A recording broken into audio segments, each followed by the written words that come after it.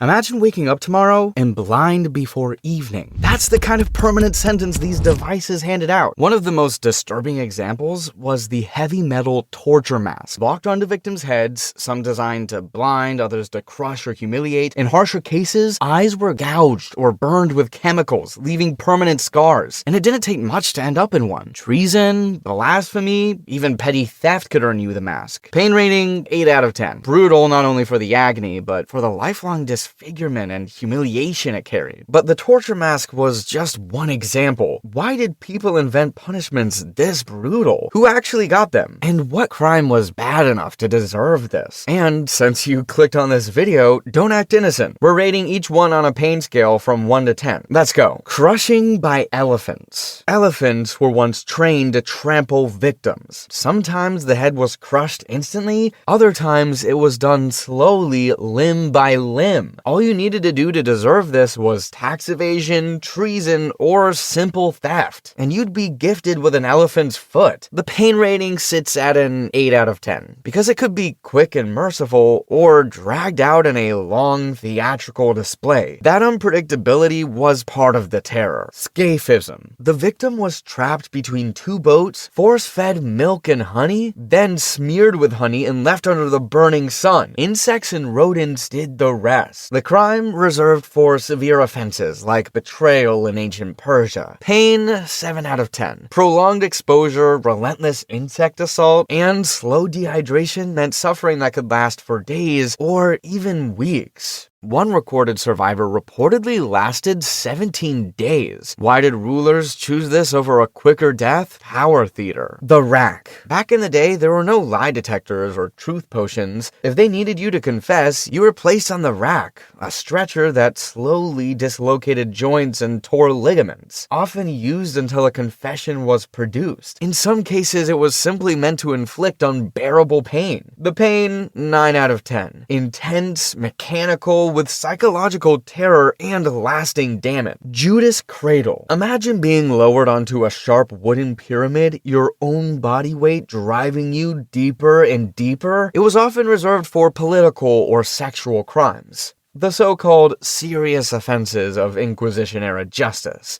The pain rating sits at an 8 out of 10. Slow, humiliating, and long-lasting, with damage that rarely ended in a quick death. Blood Eagle. In Viking sagas, traitors and oathbreakers faced the Blood Eagle.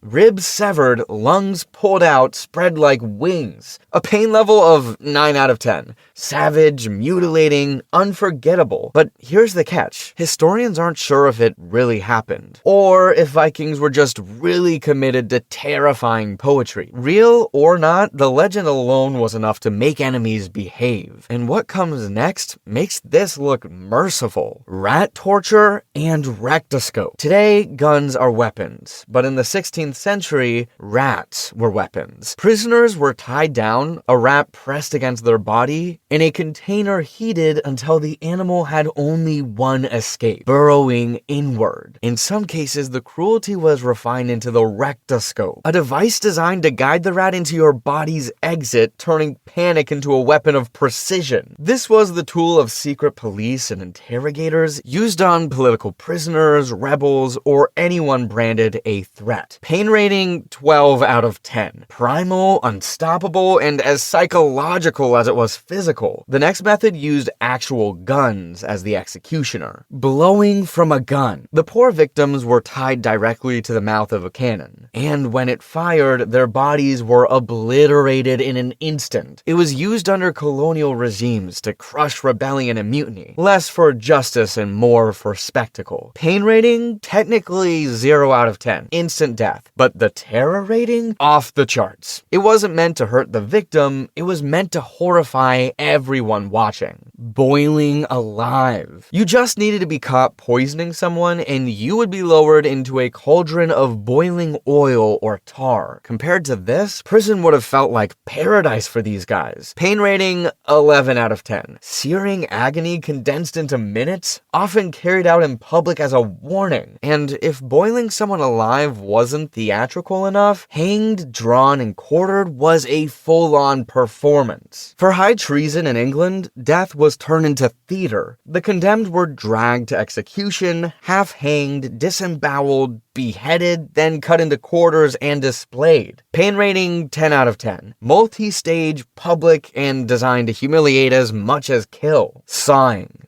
This is human creativity at its absolute worst.